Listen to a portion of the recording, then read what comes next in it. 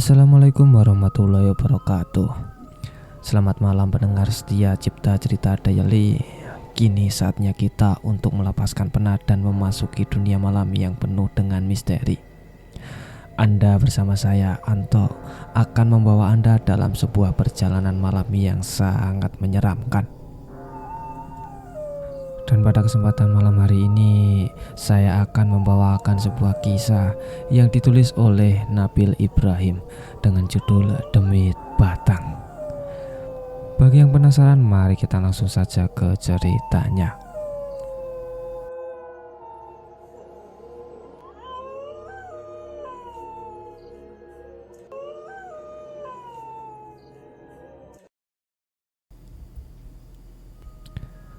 Demit Batang atau Setan Bangkai, sebuah cerita dari kakekku yang sering kali diulang-ulang ketika aku main ke rumah kakek. Kisah ini klasik sekali, jadi saya ingin kalian dapat merasakan suasana kampung zaman dulu. Kisah ini terjadi di kampung kakekku yang kira-kira pada tahun 70-an. Oke, kita mulai ceritanya. Siang itu di sebuah gubuk yang terletak di pinggir sawah, terlihat seorang laki-laki sedang menikmati makan siang di gubuk kecil tersebut. Gubuk itu memang sangat nyaman untuk makan siang, apalagi di samping gubuk itu tumbuh pepohonan yang rindang, sehingga membuat suasana teduh di saat siang yang sangat terik. Nampak aliran air yang begitu jernih di bawah gubuk itu. Ikan-ikan kecil pun terlihat berenang manja di aliran air yang jernih tersebut. Laki-laki itu tampak sangat menikmati hidangannya. Makan siang di sawah itu memang sangatlah nikmat, sehingga di kota-kota besar zaman sekarang banyak saung-saung yang bertema persawahan. Hanya nasi sayur, asam, dan sepotong ikan asin yang dia makan. Namun dia nampak sangat lahap sekali memakan hidangannya. Selesai makan, dia minum, lalu menyulut sebatang rokok klopot. Tak lupa dia juga menuangkan kopi dari termos yang dia bawa ke dalam sebuah gelas cangkir aluminium warna hijau bercorak putih khas cangkir zaman dulu. Lir ilir tandure wis sumilir, tak ijo royo royo tak senggota manten anyar. Dia berdendang sambil menyandarkan punggungnya di tiang gubuk itu. Matanya merem sambil mulutnya terus berdendang. Tiba-tiba dia dikejutkan suara sepeda yang sedang dikayuh mendekat ke arahnya. Kepalanya menengok melihat siapa gerangan yang mengayuh sepeda tersebut. "Woi Mo, mampir sini lo!" teriak orang itu kepada seseorang yang sedang mengayuh sepeda yang bernama Atmo. Sadar dia dipanggil, Atmo segera menghampiri pria tersebut. "Wah, mantep ini. Kopinya masih, Man," ucap Atmo kepada laki-laki itu yang bernama Wagiman. "Oh, masih, Mo. Kamu dari mana siang-siang gini, Mo?" "Dari kampung sebelah, Man. Lihat orang sabung ayam." Man, kamu denger gak cerita yang lagi rame di kampung sebelah?" "Cerita apa sih, Mo?" "Itu loh, cerita yang sangat mengerikan, Man," kata Atmo sambil terbatuk karena tersedak asap rokok. "Asam tenan, ini rokokmu pakai tembakau susur ya? Kok apek banget sih rasanya?" "Udah minum dulu, Mo. Emang tembakauku berat, Mo, biar mantep." Man, orang-orang di kampung sebelah lagi lame. Mereka cerita kalau di kampung mereka sedang diteror demit batang." "Demit batang?" "Iya, Man, kata orang-orang demit batang ini sangat mengerikan. Dia tiba-tiba datang ke rumah korbannya di malam hari dengan bau yang amat sangat menyengat, disertai suara rintihan yang mengerikan. Konon katanya dia minta korban kepada setiap rumah yang dia datangi." "Wah, serem banget, Mo. Terus gimana caranya biar kita selamat dari setan itu?" Kata orang kampung sebelah, "Kalau rumah kamu tiba-tiba tercium bau bangkai yang menyengat, segera kamu kabur menjauh dari rumah kamu.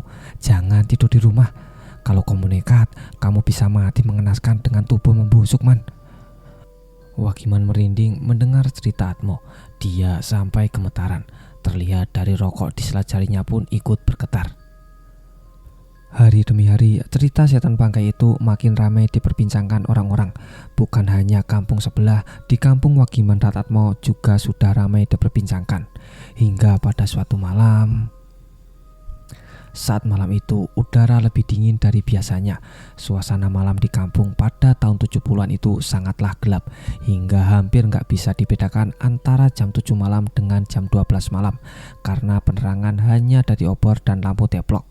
Kalau orang kaya mungkin bisa beli petromak.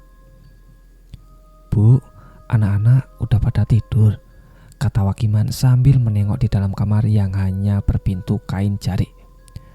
"Udah, Pak." Wakiman beringsut masuk ke kamar mendekati istrinya yang terlihat sedang ngeloni anak keduanya yang masih berusia 1 tahun. Wakiman memeluk istrinya dari belakang. "Bu, ayo, hihihihi." "Pak, baru kemarin kan Bapak minta jatah, kok udah minta lagi? Emang Bapak nggak capek ya?" "Justru capekku bakal hilang, Bu, kalau udah gituan sama Ibu." "Ya udah, Pak. Ayo, tapi nggak usah lama-lama ya, Pak." Mantap jiwa iki, adem-adem dikasih kue apem. Hehehehe. Istri Wakiman sudah merem pasrah dan Wakiman mulai mengambil kuda-kuda. Tiba-tiba hidung Wakiman mengendus-endus sesuatu yang agak aneh. Bau bangkai yang menyengat tiba-tiba tercium di kamar Wakiman.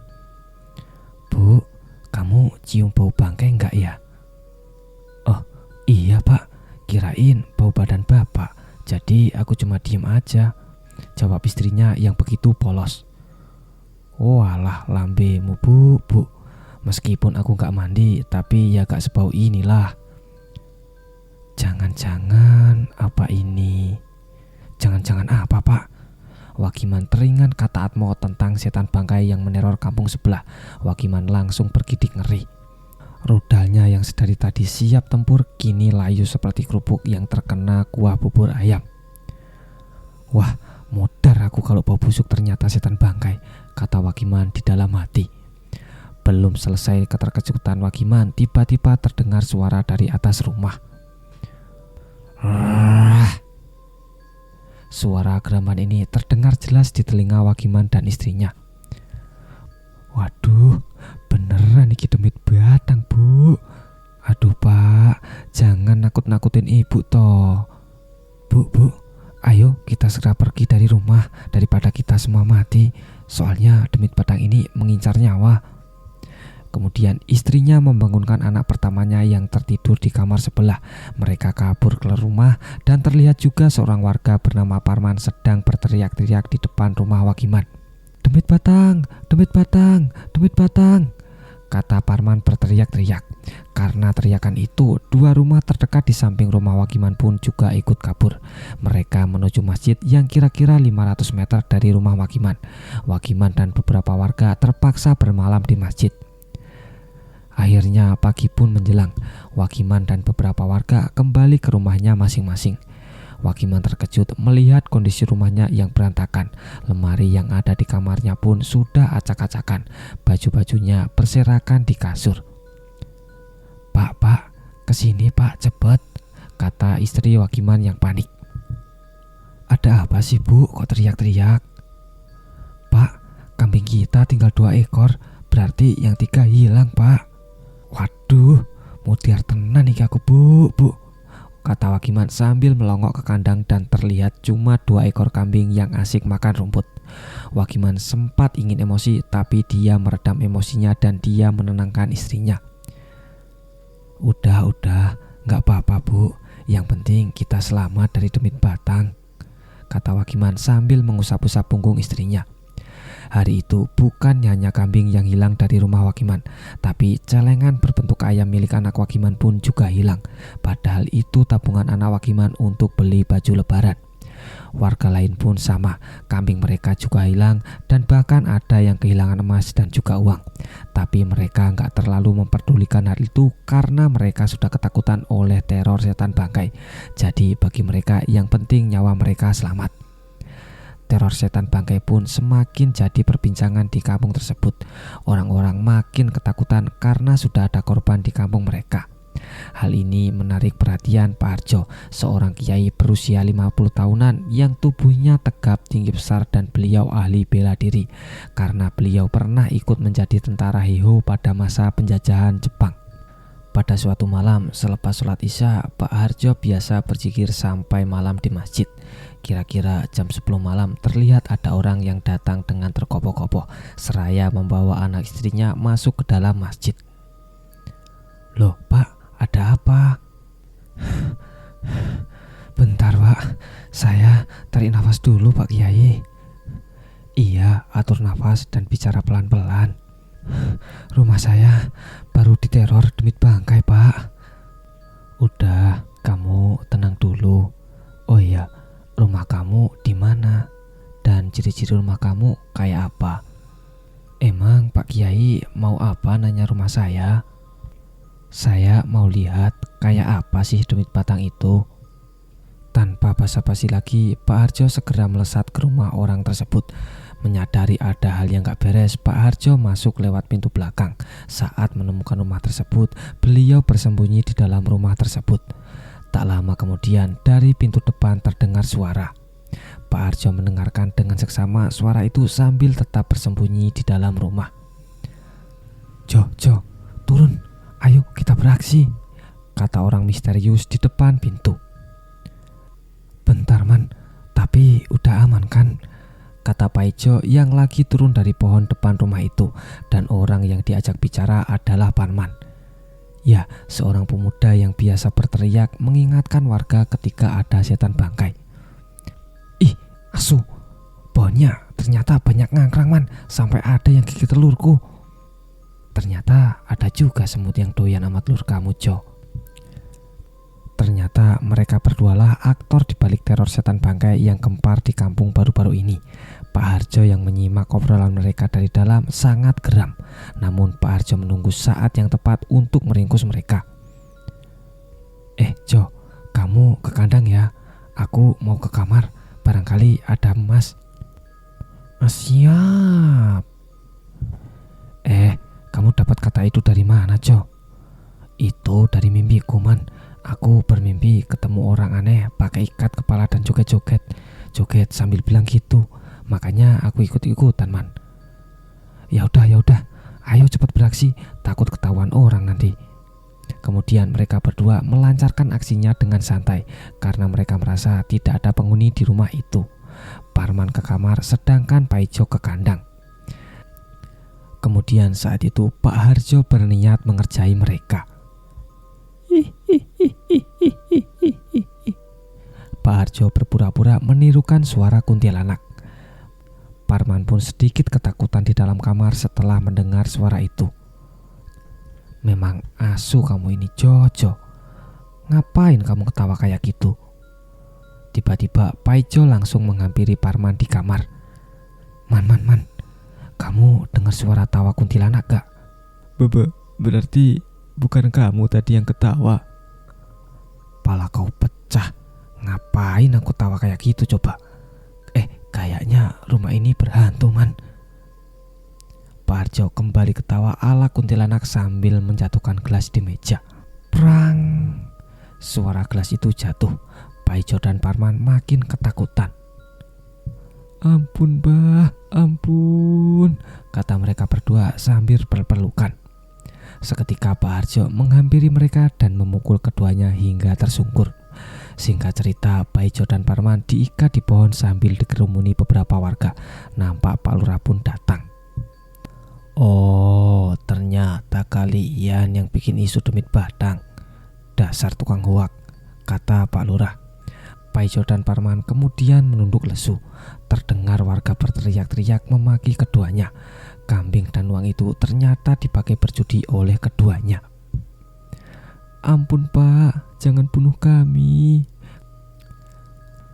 Ternyata modus mereka adalah Paijo memanjat pohon di rumah korbannya sambil menenteng bangkai kambing. Terus bangkai kambing itu dilempar di atas genteng rumah korbannya dan Paijo menakuti dengan suara-suara rintihan. Sedangkan Parman berteriak, demit batang," sambil menyuruh korbannya untuk keluar seolah-olah nyawa mereka terancam. Akhirnya mereka berdua masih diampuni dengan syarat wajib membantu kerjaan di sawah dan kasih makan kambing kepada korban tanpa dibayar selama 1 tahun. "Ya udah, kalian pergi sebelum masa semakin banyak dan ingat jangan diulang lagi." kata Pak Lurah. Makasih Pak, kata mereka berdua serempak. Tunggu. Sebelum pulang, jangan lupa bangkai di atap tadi kamu ambil dan kamu buang ya sejauh-jauhnya. Iya Pak, makasih banyak. Sambil berjalan ke arah rumah itu, mereka berdua saling salah-salahan. Ini semua gara-gara kamu, Man. Maruk banget jadi orang. Udah aku bilang gak usah aksi lagi, kamu malah ngotot. Ya mau gimana lagi Jojo, soalnya gua juga butuh uang. Malah sekarang kita jadi budak warga. Nasib. Ya sudahlah, yang penting kita masih selamat dan gak dibakar sama warga. Ya udah Jo, kamu yang naik. Ya kamu lah, gua kan udah naik tadi Man. Sekarang gantian kamu. Akhirnya Parman pun naik ke atap lewat pohon di depan rumah itu. Ketika hampir sampai atap, asem tenan, bangkainya bau banget. Parman menengok melihat posisi di mana bangkai itu berada. Namun matanya tiba-tiba terbelalak melihat sosok genderuwo berambut ikal dan mata merah dengan taring yang mengerikan sedang menjilati bangkai kambing itu. Wadahnya tepat mengarah ke wajah Parman. Setan! Parman berteriak dan jatuh menimpa Paijo dan keduanya pun pingsan.